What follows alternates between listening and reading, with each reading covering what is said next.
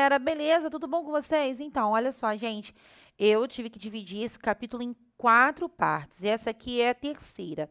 A primeira e a segunda parte estavam falando apenas da visão, né? Falei lá do sentido visão, falei dos problemas relacionados a ela, e essa terceira parte aqui, ela vai falar, no caso, do olfato e da audição, tá bom? Vamos lá. Olfato. Vamos lá para a página 227, onde começa aí a falar sobre o assunto. Como vocês já sabem, eu tenho pego todas as partes ali do livro e aí eu vou marcando junto com vocês. Imagine a seguinte situação. Você abre a geladeira, pega um alimento que está guardado e quando abre o recipiente para comê-lo, sente um odor desagradável. O natural é que esse odor lhe tire a vontade de comer aquele alimento. É como se ele avisasse a você de que aquilo não está em condições aí de ser consumido e que pode lhe causar mal ou mesmo uma infecção. O olfato é o mais primitivo dos sentidos e o menos conhecido aí pela ciência. O que ele vai nos permitir? Ele nos permite, olha lá então, ó, a partir dos cheiros, identificar ameaças, né? Às vezes você está em casa, até mesmo dormindo, mas aí sente aquele cheiro de borracha queimada. Você levanta para saber o que é, né? Que cheiro é aquele ali que está, né, que tá no ambiente. Às vezes um pneu queimado que está sendo lá na rua, mas você sente, às vezes, o cheiro dentro da sua casa e ele acaba te alertando, que faz você procurar dentro da sua casa se existe alguma ameaça. E também está relacionado a estimular o nosso apetite. Eu falei um pouco sobre isso, né, na visão, perdão, que o olfato e a visão elas estão um pouco relacionados aí com a questão, até mesmo da questão de sentir fome, da nossa alimentação. Só para vocês, por curiosidade, por exemplo, quando você vai a um shopping, né? Quando você vai a um shopping e passa próximo à praça de alimentação, mesmo você não visualizando, só sentindo o cheiro, já te dá vontade, às vezes, de comer alguma coisa, dependendo do cheiro que é, né? E a visão, no que isso pode estimular você? Lembra que a gente estava falando que o sistema nervoso ele é ligado diretamente aos órgãos dos sentidos? Então, por exemplo, quais são as cores que geralmente predominam numa praça de alimentação? O amarelo, o vermelho. Eu sei que existem outras cores, mas se eu não me engano, eu posso estar errada, mas se eu não me engano, eu acho que quase todos os letreiros que tem numa praça de alimentação, elas têm o vermelho. Quase todos os letreiros dos restaurantes, não estou falando de quase todos. Ali, por exemplo, ele tem vermelho. Sabe por que isso, gente? O vermelho, o amarelo, o laranja, eles estimulam uma parte ali do seu cérebro que te dá abre teu apetite, que faz com que você tenha vontade de comer. Mesmo você, sei lá, já tendo almoçado, mas quando você vai numa praça de alimentação, você fica com vontade de comer, nem que seja uma casquinha do McDonald's, mas você fica com uma certa vontade de comer. Por que isso, Juliana? Está relacionado aí à estimulação aí de uma parte do seu cérebro. E juntamente com o olfato, aí aumenta aí, então o estímulo relacionado ao apetite, tá bom? O olfato, ele é percebido, vamos lá, por onde ele é percebido? Ó, pelo epitélio olfativo presente no revestimento das cavidades nasais. Fica na parte interna aí das cavidades nasais. Vamos lembrar, as cavidades nasais é onde tem a entrada do nosso nariz. Aí lá dentro tem aqueles pelos e mucos, né, que vão ter a função de nos proteger, né, de micro-organismos, de poeiras. Mas aí, na parte superior das cavidades nasais, a gente tem o epitélio olfativo. Aí as células nervosas que compõem esse epitélio são chamadas de quimiorreceptoras. O que elas vão fazer? Olha, elas vão captar os estímulos de odor que se formam no lobo olfativo do cérebro. O cheiro, ele é composto de moléculas de gases que chegam às narinas. Então, ó, quando vem o cheiro, aí no caso ela vai lá e acaba estimulando essas células olfativas, tá? Então, vamos lembrar disso aí, quando um cheiro ele chega lá dentro das suas cavidades nasais, ela vai ser percebido lá pelo epitélio olfativo, tá? Que reveste as cavidades nasais. Vamos lembrar que esse epitélio tem ali algumas células nervosas chamadas quimiorreceptores. Elas vão captar, então, o estímulo do odor. E aí, vamos lá. Atingem, no caso, os gases com cheiro, as moléculas, atingem a molécula, a mucosa nasal, a parte interna, então, do nariz, e acabam estimulando as células olfatórias, tá bom? Aí, as fibras nervosas que compõem as células olfatórias, elas chegam até o bulbo olfatório, que é uma parte lá do seu sistema nervoso, de onde partem nervos que transportam estímulos de sensação de cheiro para serem traduzidos no cérebro. Então, marca isso aqui também. Significa o quê? Que essa região, então, vai mandar esse bulbo olfatório, ele vai receber a informação e vai enviar essa informação até o seu cérebro. E o seu cérebro vai, então, traduzir se é um cheiro bom, se é ruim. Existem situações em que o nosso olfato ele se encontra comprometido, reduzindo total ou parcialmente nossa capacidade de sentir cheiro. Por exemplo, quando você está resfriado. Esse estado chama-se de anosmia e ocorre quando as mucosas das nossas narinas elas estão irritadas, danificadas, pode ser por uma alergia também. Então, olha lá, quando a gente pode ter uma anosmia? Olha quando que ela é comum. Quando a gente tem a rinite, a sinusite, uma gripe, um resfriado. É por isso que não conseguimos sentir o cheiro, né? Quando a gente está com esses tipos de problemas. E geralmente, quando a gente tem esse tipo de problema, até mesmo o nosso paladar, ele acaba aí, ele acaba sendo danificado. Tem uma perguntinha na página 228, apesar de eu não ter pedido para vocês fazerem, que está logo abaixo dessa imagem, na página 228, tá assim, investigue. Preste atenção aqui na minha resposta que vocês podem colocar aí. Por que nós não sentimos o gosto das coisas quando nós estamos gripados? Gente, isso acontece por quê? Porque 80% daquilo que a gente conhece por gosto, ele vem do olfato, não do paladar. Olha que interessante. Quando nós estamos gripados, as membranas das nossas narinas, elas vão ficar irritadas, né? Ou até mesmo com muita secreção. E isso vai dificultar o quê? Você perceber o odor. A confusão acontece porque a gente associa o sabor das papilas gustativas que ficam na língua. O que elas fazem, na verdade, é só distinguir 5 sabores básicos, tá? Que a gente vai ver um pouco mais à frente, tá? E se a língua percebe somente esses 5 sabores, o olfato ele acaba distinguindo os outros 20 mil odores que existem. Por isso que ele acaba predominando até na hora de sentirmos o gosto de algum alimento, né? De alguma coisa. Bem, aqui nós temos o sistema olfatório de uma pessoa, que é representado, então, as cavidades nasais. Então, olha lá, o cheiro, né, o odor, ele vai acabar entrando aqui pela cavidade nasal, ele vai ser sentido, né? Vamos lembrar que ele acaba sendo sentido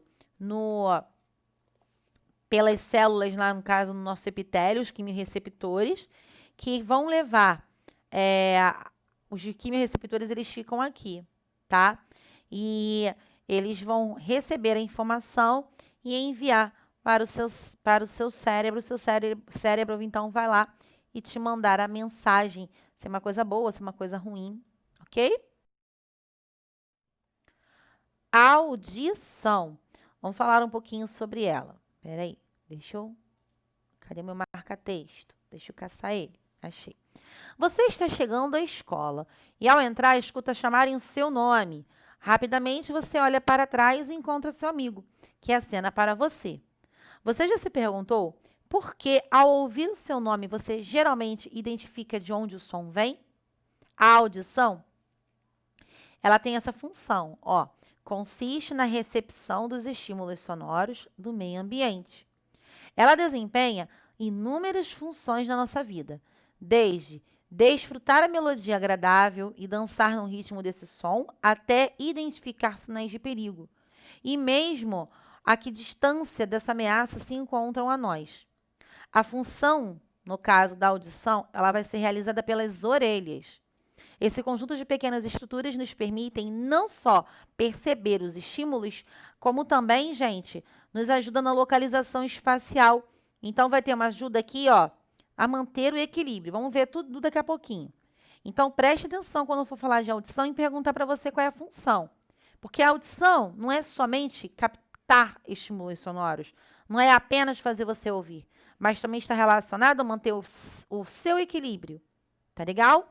Manter o equilíbrio do seu corpo. A gente vai continuar aí, ó. Ele é dividido em 3 partes. Então, galera, vamos falar aí das 3 partes que o nosso sistema auditivo ele é dividido. A primeira parte, nós vamos ter aqui a orelha externa. Quem compõe a orelha externa? A gente tem o pavilhão auricular, o conduto auditivo externo e a membrana timpânica. Na orelha interna, na orelha média, perdão, estrutura óssea, no caso, os menores ossos que nós temos no nosso corpo, o martelo, a bigorna, o estribo, e a estrutura flexível, que é uma tuba auditiva. E a orelha interna, que é formada pelas células nervosas, estão relacionadas à audição e ao equilíbrio, a cóclea e os canais semicirculares, tá? Mas eu quero que vocês entendam o seguinte, o equilíbrio também está ligado totalmente à orelha interna, não somente às células nervosas, mas também ali aos canais semicirculares. Aqui, galera, as 3 partes da orelha. Então, vamos entender.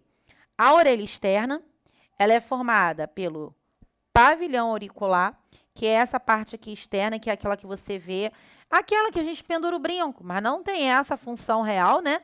A função mesmo seria encaminhar o som aqui para dentro do canal auditivo, tá? Que também estava lá naquela tabela como conduto auditivo externo. Aí nós vamos ter a membrana timpânica. Como o nome já fala, ela é uma membrana real, tá, gente? E ela tem uma função de fazer vibrações. Essas vibrações, no caso, que é de um som chegando ao seu ouvido, ela vai fazer com que essas vibrações elas sejam encaminhadas para as outras partes aqui da orelha, tá? A gente vai ter a orelha média, que é feita aqui, ó, inicialmente, ó, pelo martelo, bigorna, estribo, que são a estrutura óssea. E ainda tem uma estrutura ali auditiva, né? Ela é meio que ligada aos nervos, estão vendo? Ela tá bem rentezinha aos nervos, ok? E a gente tem a orelha interna, que é formada, né? Pelas células nervosas, ó, os nervos aqui. Aí nós vamos ter também os canais semicirculares e a cóclea. Galera, olha só. Não sei se vocês já ouviram falar em uma coisinha chamada labirintite. A labirintite, ela vai ser uma inflamação que vai acontecer aqui dentro, na parte interna do ouvido, dessa orelha interna, tá? Na parte interna aqui dessa orelha, tá? E ela acontece porque ocorre mesmo uma inflamação, que pode ser viral, né? Por exemplo. E aí, o que acontece? As informações que chegam ao cérebro, elas ficam alteradas, que aí pode acabar provocando tontura, né? Dá a impressão à pessoa de que ela está em movimento quando ela está parada. Muitas vezes, essas sensações aí podem causar vômitos, náuseas, tá? E aí, no caso, é necessário fazer com que exista aí logo um tipo de tratamento para labirintite, né? O tratamento geralmente tem que ir ao médico, né? O médico vai passar alguns remédios relacionados à labirintite para causar, desinflamar, né? Essa região, tá? Ela geralmente, ela pega, no caso, atinge pessoas aí após seus 40 anos, mas não chega a ser uma regra, né? Até mesmo pessoas que tenham menos de 40 anos podem ter a labirintite, tá? Mas os fatores relacionados a ela geralmente está relacionado à idade, a glicose, né, que pode estar muito baixa ou muito alta, hipertensão, pessoas que tiveram muitas otites, mas assim, está falando de coisas mais graves, tá? O álcool, o fumo, o café, alguns tipos de medicamentos também, estresse, a ansiedade, tá bom?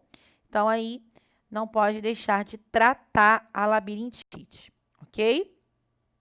Vamos lá, continuando então a matéria. Agora, você deve estar se perguntando como ocorre a recepção, né, do som aí pelo nosso sistema auditivo, né? Eu mostrei para vocês todas as partes lá que tinham lá, e aí a gente vai falar de cada partezinha. Eu tentei fazer um resumão, mas aqui trouxe para vocês todas as partes que vocês vão sublinhar aquilo que é importante. O som do ambiente, ele entra pelo pavilhão auricular, que é aquela parte mais externa, né? Aquela que eu brinquei, falei que é onde você pendura o brinco, exatamente, que faz parte ali da orelha externa. E ele vai ser levado pelo canal ali auditivo. Então, o som vai entrar no canal auditivo e vai provocar vibrações na membrana timpânica. Essa membrana timpânica, ela fica, é a fronteira, né, da orelha externa com a orelha média. Essas vibrações aí que eu falei, lembra que eu falei que vão passar para as outras partes das orelhas? A gente vai passar, então, para o martelo, bigorna e estribo. Lembrando que esses três são os menores ossos que nós temos no corpo. Esses ossículos vão fazer o quê? Eles vão amplificar e vão retransmitir as vibrações para a orelha interna. Aí, ao passar pelo estribo, o som ele toma a direção de uma região chamada janela oval. Isso aí tá também na imagem. Se vocês quiserem ficar olhando a imagem enquanto eu vou lendo, e depois vocês vão marcando, vocês podem olhar a imagem. Aí vai lá para a janela oval. A janela oval, ela está ali perto da cóclea. Nela, o som ele provoca a vibração de um líquido coclear, tá?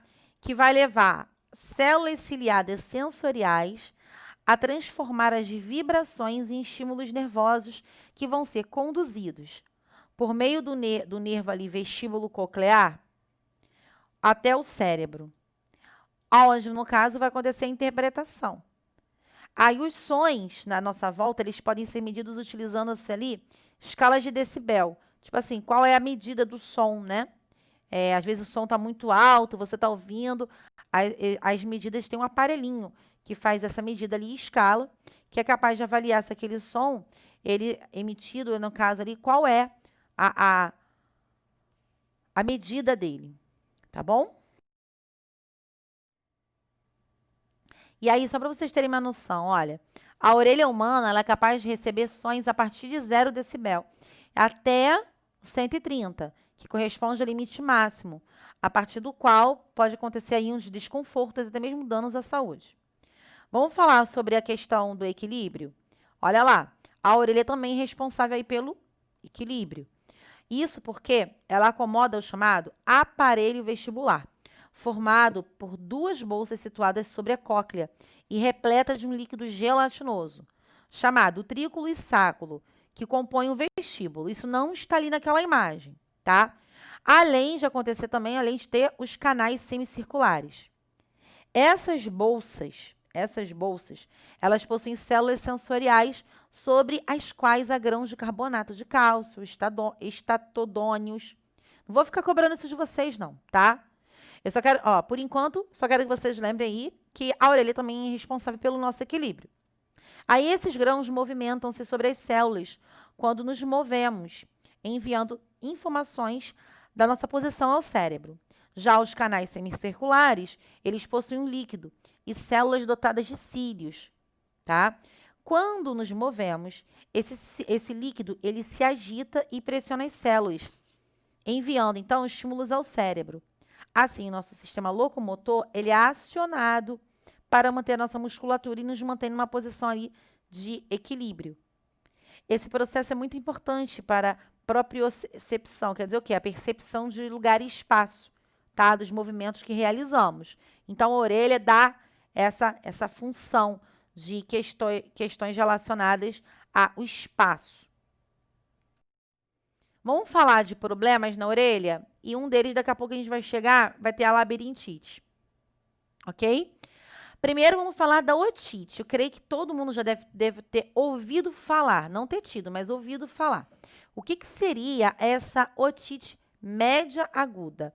A otite, ela é inflamação por acúmulo de líquidos ou secreção na orelha média, frequentemente pode ser causada por quem? Por um resfriado, por uma gripe. E essa região ela pode ser infectada por bactérias, vírus. Aí o que que a otite ela vai causar, gente? Dor, inchaço, febre, talvez, dependendo da situação, uma perda auditiva leve, ou até mesmo temporária, tá? Que reverte ali a recuperação do indivíduo.